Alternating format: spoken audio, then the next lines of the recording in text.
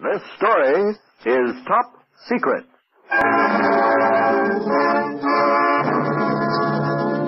Top Secret, starring lovely Ilona Massey as the Baroness Karen Geza, in transcribed stories of intrigue and espionage set in 1950s war of ideas and ideologies.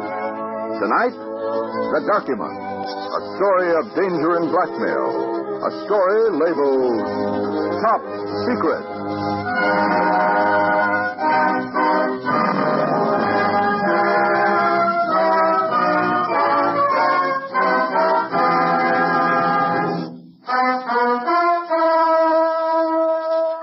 Assignment 15 began with the theft of a document of immense importance. It began with my doing something I had no right to do. It began with a telephone ringing in a strange house. I was sitting in Harrison Arden's den in his vast house on Fifth Avenue, New York. It was a small room, but all around me were the signs of great wealth. A hand-carved desk, oil paintings softly lit. The telephone stopped ringing. I realized it had been answered somewhere else in the great house. And then I got one of those hunches. I had a feeling that this phone call was important, that it would give me a clue to the theft of the document. For a moment I hesitated. It is not difficult for people having a telephone conversation to tell when an extension has been lifted. But I had to risk it. I had to find out what was going on in this magnificent house. Gingerly, I lifted the receiver and listened. Going to wait any longer, Jimmy? You don't have to. I got it. You're sure? Yes, I'm sure. Well, bring it to the club tonight. I'll give you the letter. What's the address again? The Cheerio Club on 51st between Madison and Park. I'll be there in an hour. And Adele. Yes, Jimmy. Don't phone here again. This is the end of it, you understand? It's finished. Goodbye, Jimmy. Adele. Hello? The Jimmy was Harrison Arden's son. I sat there with my mind in a whirl trying to put together the conversation I had overheard.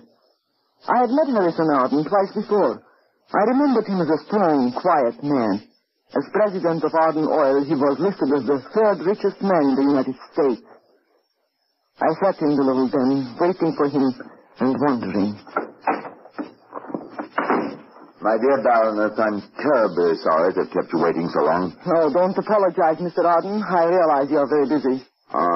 Intelligence has assigned you to the case. Yes. What do you want to know?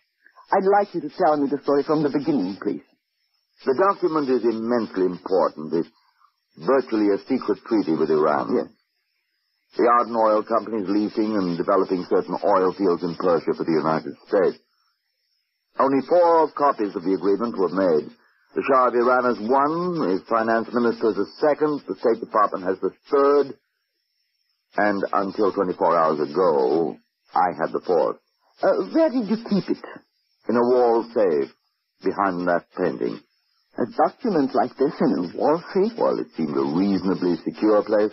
When was it stolen? 24 hours ago. Besides you, who has the combination of that safe? No one. Who else lives in this house? My son James and 5 servants. Would your son have an opportunity to get the combination of that safe? Baroness, are you suggesting... It is my business to suspect everybody. My son will someday inherit an empire of oil, a capital investment that runs into the billions. He has never done a dishonest thing in his life. I'm sure he hasn't. Tell me, to whom would a copy of this treaty be the most use? Russia. Why? That I cannot tell you. It's one of those things the public never hears about yet, which finally affects the lives of every single one of us. Hello, Dad. Sorry to interrupt. Thought I'd say good night. Dear boy, you couldn't possibly interrupt. Baroness, my son James. The Baroness Geza. How do you do? How'd you do? We were supposed to have met once at a party Lady Mendel gave. Yes. Yeah, then I had a polo accident and couldn't go. I'm sorry. How do you feel, Dad? Better, much better. You get to bed early now. Yes. You promised. Yes, I promise. Now run along. By the way, where are you going? Well, Marjorie and Irene call me madam. Well, you have a good time. Good night, Baroness. I'm very pleased to have met you at long last. Don't keep Dad up too late now. I won't. I'll be home right after the theater, Dad. Good night. Good night. Good night. You wonder that I'm proud of him, Baroness? Of course I don't. Now, where were we? What did the document look like? It was in a sealed envelope written on 4 pages of 8 by 12 paper. Arden oil letterhead. I typed it myself. Mm-hmm. Only 3 people in this country have seen it. The President, one of his confidential assistants, and I. In a sealed envelope. It is absolutely top secret. Mr. Arden, I think I can promise you the document back. You see, I know who took it.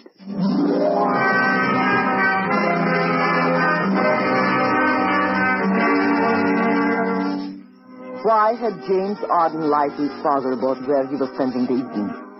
I had heard him arrange to meet a man at the Cheerio Club on 51st Street. Why did he say he was going to the theater? People lie about little things only when little things are important. I left the Arden house on 5th Avenue and took a cab to the Cheerio Club. I pretended not to notice James Arden until after I had sat down beside him at the bar. Baroness, are you following me? Why, hello. I didn't notice you. Didn't you? No. How extraordinary to meet you like this. Yes, isn't it? May I have a drink, please? Certainly. Scotch and water. The bartender, scotch and water here, please. Yes, Mr. Arden. Are you working for Dad? No, but he's advising me on some investments. Oh, he ought to know. I think so. You're sure it's investment? Positive. Here's the scotch and water, Mr. Arden. Oh, no, it's for me. Thank you. Oh, and bartender, will you change this, please? 5.10 will be fine. Change for 50. Yes, sir. I understand you've had quite a career. Really? Yes, I've heard a lot about you. From whom? People. What do they say? You have a reputation for being a very wild young man. Don't pay any attention to gossip, Baroness. I don't, only facts. You were involved in the Bolton case, weren't you? Look here, what are you up to? Shirley Bolton, a singer, was murdered. I believe she sang here, didn't she? One of New York's unsolved crimes. Here's your change, Mr. Arden. 10, 20, 30, 40, 50. Yeah, thanks. You're welcome, Mr. Arden. Baroness, you seem like a pleasant, reasonable sort of person. Let me give you a little advice. Certainly. Mind your business. Mind it a lot. Is that a threat? Why, not at all. Just advice, good advice. And now, will you excuse me a moment? It was pleasant seeing you. I'm not in a hurry, Mr. Arden. Come in. Hello, Jimmy. I've been expecting you. I'll bet you have. Did you get it? Yes. Still sealed? Yes. Your father know? I think he does. Give it to me. Give me the letter first. Don't you trust me? Don't try anything funny, Vandell. A bargain's a bargain. Give it to me now. All right. Here. Interesting reading, isn't it? Just remember there are limits. This is finished, you understand? If you try it again, I'll kill you. Oh, don't be dramatic, Jimmy. You won't kill anybody. You haven't the nerve. Now, give me the document. Thanks. Now, there's no need for any further communication between us again, ever. Just one more thing. Yes? You said your father knew the document was gone. I said I thought he knew. What will he do? I don't know. I think there's a woman at the bar who's either in the FBI or an intelligence or a private detective. With you? I bought her a drink. Take her home. Listen, Vandell, I'm through taking orders from you. I've got the letter back. You've got what you wanted. The Bolton case is now permanently closed. Now shut up and lay off and stay away from me. I was afraid you've deserted me. Were you? The bartender, check, please. Yes, Mr. Arden. I'm going to the theater. It's been pleasant chatting with you. Thank you. May I call you sometime? Certainly. Your check, Mr. Arden. Oh, thanks. Here you are. Thank you, Mr. Arden. As it happens, I am going to the theater, too. Would you mind dropping me off?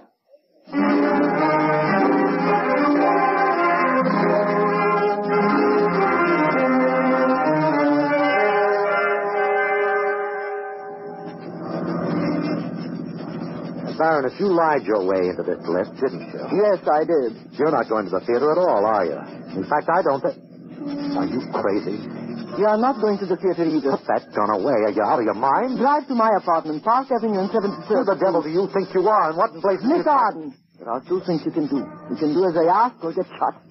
I have a license to carry this gun. I can tear my dress, muff my hair, rip off my necklace, scream and shoot. I will say for self-defense that you attacked me in your car. If you don't think I'll get away with it, you're crazy. Well, Mr. Arden. Okay. You win.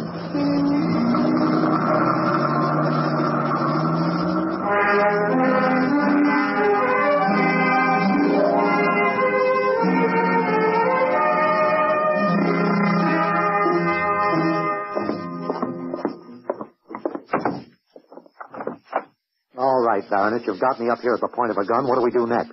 Your billfold. Give it to me. What? Your wallet. Is this armed robbery? Look, Mr. Arden, I'm in business. I saw you change a $50 bill in the bar. So what? Then you left the bar and came back. And you got your wallet out again to pay the check. There was a piece of paper in it. A piece of paper that hadn't been there when you changed the 50. Give it to me. I will not. Give it to me. Try and get it. I want that piece of paper, and I want it now, right now. Otherwise, You haven't got the nerve to shoot that. You maniac. Give it to me. Next bullet wants me. Look, Baronet, believe me, it's nothing. Give it to me. Go. It's all right. You got Here. this from Art Van Dell, didn't you? No. You did.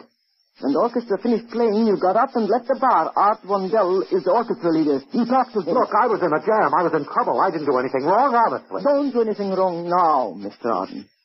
Just stand still. Dear Shirley, before I let you walk out on me like this, I'll kill you. I've thought about it all night and... Oh. What is this? Please, give it back to me. It isn't what you think at all. The Bolton case. Yes. You killed her. No. This letter was never produced at the trial. There never was a trial. They had no evidence. This is evidence. It isn't. I didn't kill her. It's purely circumstantial. You'd better talk, Mr. Arden, and talk fast. I was being blackmailed. What's this letter? Yes. By whom? Art Van Dell over the Bolton case. She used to sing in his band. They found her dead in her apartment one morning. At first they thought it was suicide, and then they decided it wasn't. They never found out who did it. I was going with her and wrote a letter that threatened her. But I didn't kill her. I was in love with her. Van Dell found the letter in her personal effects, and he's been blackmailing me ever since. This was the end of it. This was to finish it forever. He gave me the letter back tonight. In exchange for what? Money. You're lying. I'm not. If you move once again, I'll kill you. I had experience in these things, and I'm deadly serious. You had a telephone conversation with Van Dell tonight. He asked you if you were sure you got it. Yes, on the telephone in your father's den. If it was money, why would he ask if you were sure you got it? Well, I don't know. You know money when you see it. Of course I know money when I see it. It was just a figure of speech, just one of those It wasn't money. It was something else. No. An envelope, sealed envelope, 4 sheets of paper, an Arden oil letter. Oh, for heaven's sake, don't you understand what you are doing? Don't you realize we are living in the most dangerous times the world has ever known? It was money. I swear it was money. Oh, you do you? What are you doing? Phoning the police. Oh, no, don't. Yes, first the Bolton case should be reopened. Please, don't. Don't move, Mr. Arden. If you force me to shoot again, Don't phone the police, please. All right. I took it. And give it to Van Dell. Yes. Why did you want it? He's in the oil business. Art Van Dell was born in Sofia. He was arrested as a spy 8 months ago, but was released for lack of evidence. You have given a foreign agent a top-secret document, which is the property of the U.S. State Department. Do you know what that is? I had to. They could arrest me. Maybe they could even electrocute me. Don't you know what it's like to be suspected for murder? Maybe to be convicted when you didn't do it? I didn't kill her. I didn't. Which charge do you think is the more serious? What do you mean? Murder or treason?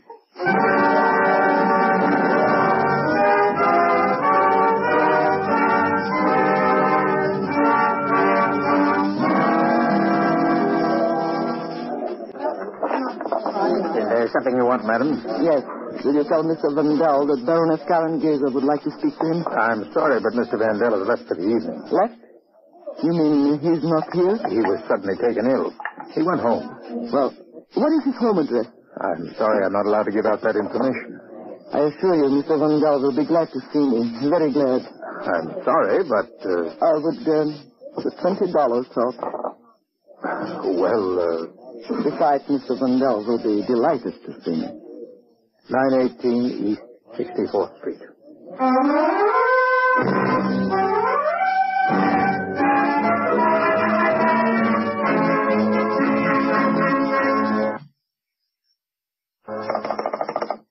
Operator, I'm still waiting for Northport 4123.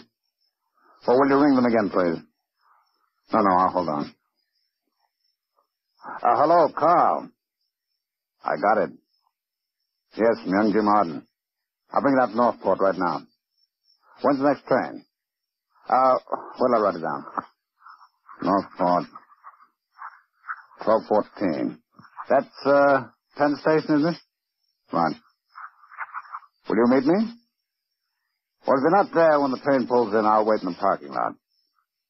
Okay. Bye.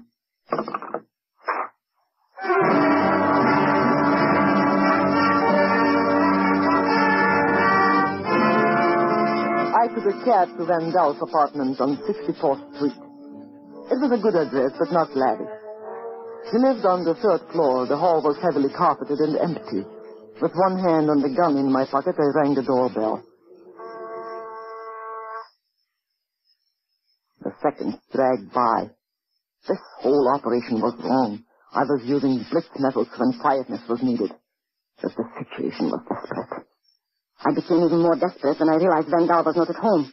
Every spy saw such things as lockpicking, and I had in my bag a small kit that, properly used, would open almost any door. The hall was well lighted, so I had to work fast. It was still early in the evening. Any one of those doors in the hall might open at any minute. Vandal's lock was stubborn. After what seemed an eternity, I felt the lock slip down and the door opened. There was a light switch just inside. And now I began what I had been taught to do so well, search. The obvious place was the desk in the living room. I went through the papers. There were a lot of them. Bills, circulars, letters. I knew Vandal was a spy, so anything that looked important I stuffed into my bag. And then I saw it. It was an ordinary telephone pad, thick and chunky. It was directly underneath a lamp, and I could just make out the imprint of some writing. The paper was thin, and on the sheet above, someone had written, Northport 1214, Penn Station. I looked up the Long Island Railroad in the telephone book. Long Island Railroad information, train and ticket, Penn Station.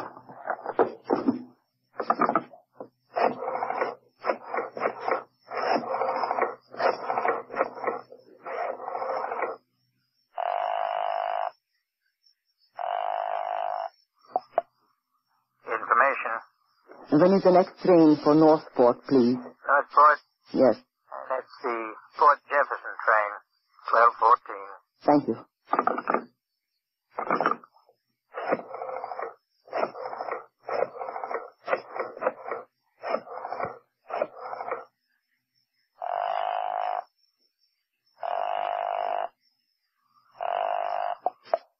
Anderson?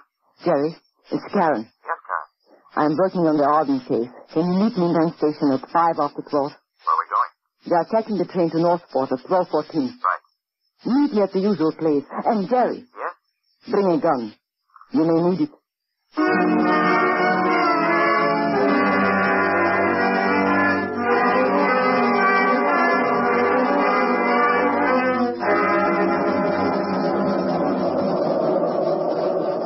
What do you want me to do, Karen?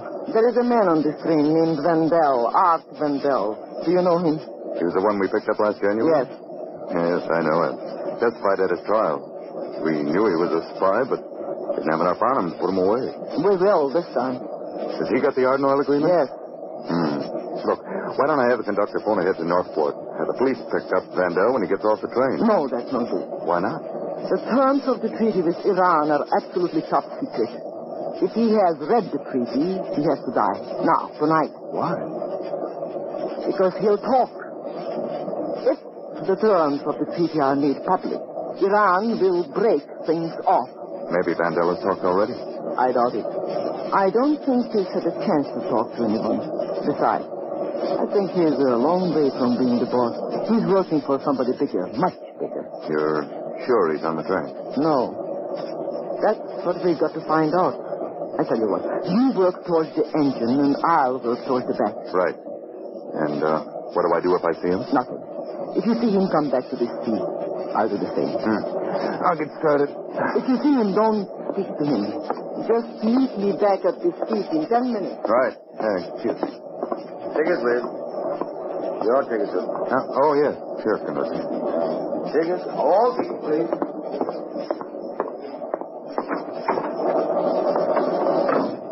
No move, Henderson. Vendel, I saw you get on the train. Open that door. Look, Vendel, you're not going to get away with it. We know what you're up to and what you've got. You'll get off easier. Open that door.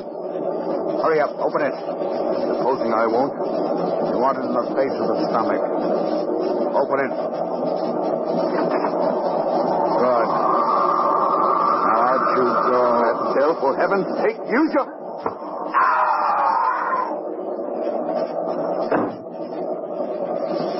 That takes care of Mr. Henderson.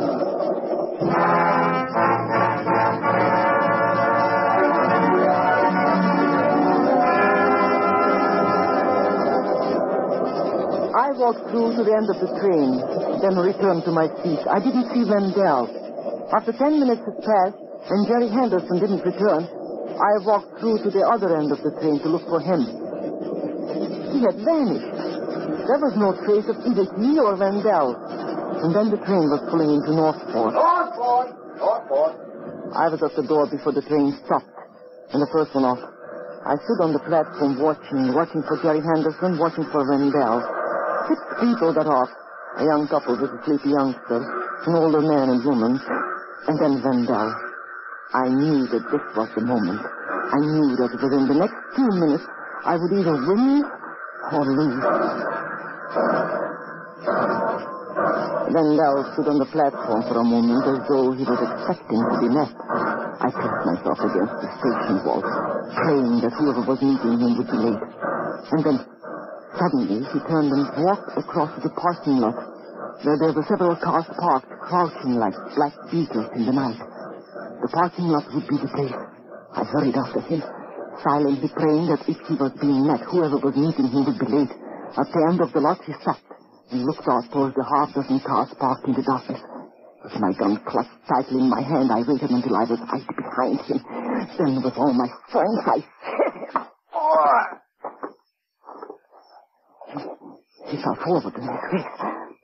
I had to turn him over to search his clothes. In the inside pocket of his suit coat, I found it was still sealed in the envelope, still unopened, still top secret.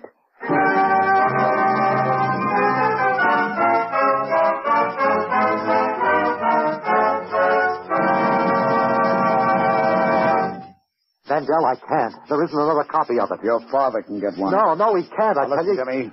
I was mugged last night at the Northport station. The document was taken. I think it was a woman. She'll bring it back to your father, and I'm going to be here. Vendel, you promised. You gave me the letter. You've got no proof now. Why can't you leave me alone? I've got 3 photostats of the letter you wrote Shirley Bolton.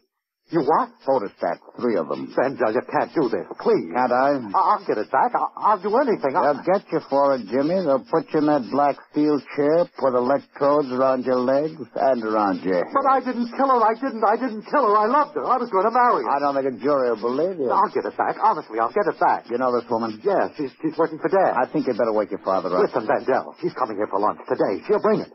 I know she will. Now, please, go. I'll get it for you. I promise I will. I'll do anything you say. Just get out of this house. All right.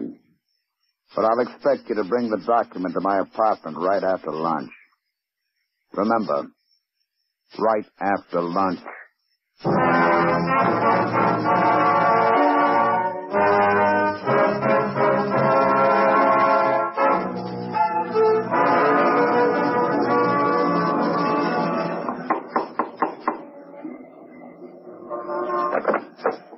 Is your father in? Oh, hello, Baroness.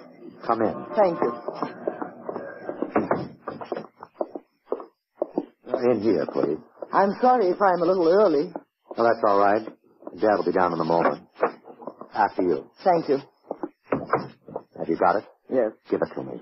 Oh, for heaven's sake, you're not going to start that again. Listen, Baroness, I haven't much time. Art Vandell made 3 photostats of the letter I wrote to Shirley Bolton. He hates me and he can send me to the chair. Well, I'm not going. I don't care now if it gets into the papers. If there's a scandal. I'm just not going to die for a murder I didn't commit. You don't have to. I what? Art Vandell hasn't got photostats of that letter. What are you saying? I have them. You have them? Yes, I stole them from a desk in his apartment last night. I have the 3 photostats and the original. Give them to me. Put that gun down. Give them to me. I will give them to you when you put the gun down. That's better. Here. Baroness, I know you don't think much of me, but... I think you stink. To heaven and back. American boys have been dying in Korea. And you, a spoiled rich man's son, trading an oil treaty of immense value for what? For my life. You make me sick. You're weak and no good.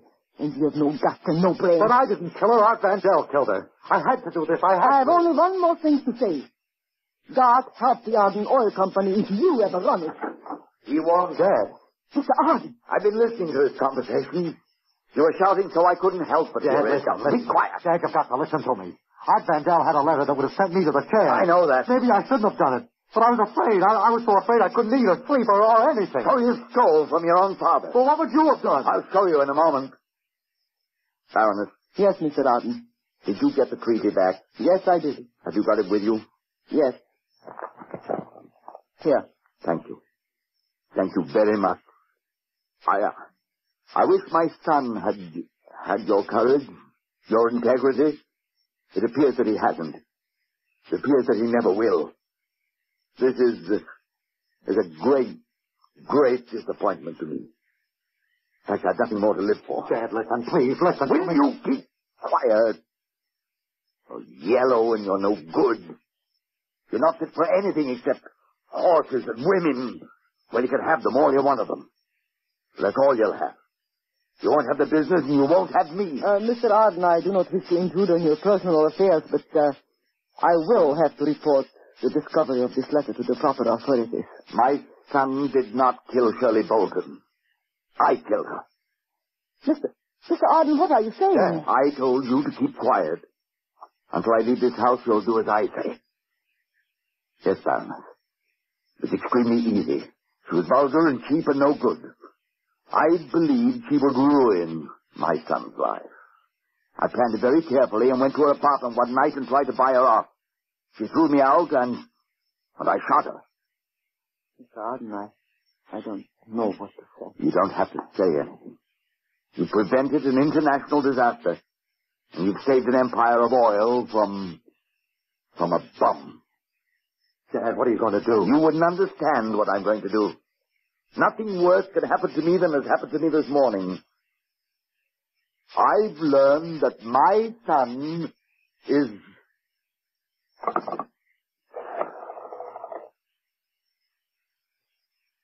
Hello.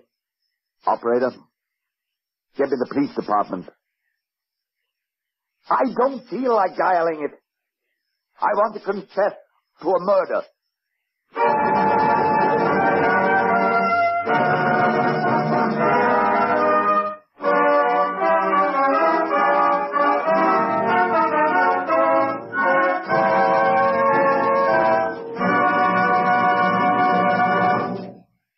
You have just heard Top Secret, starring Ilona Massey, written, directed, and produced by Harry W. Junkin. Here is Miss Massey to tell you about next week's Top Secret. Next week, a story of the strange fascination of the Orient, woven into a horrible pattern of intrigue and terror. A story of the teeming mystery of Shanghai, the most fabulous city on earth. A story that is Top Secret.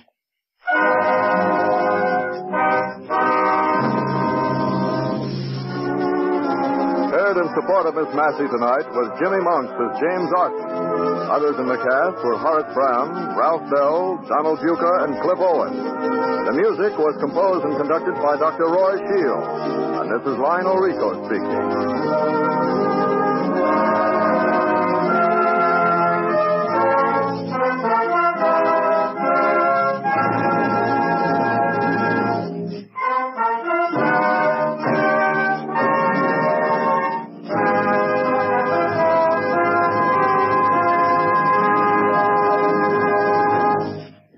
Top Secret stories are fictional, and any similarity to persons living or dead is coincidental. Stay tuned for Herbert Marshall in A Man Called X on NBC.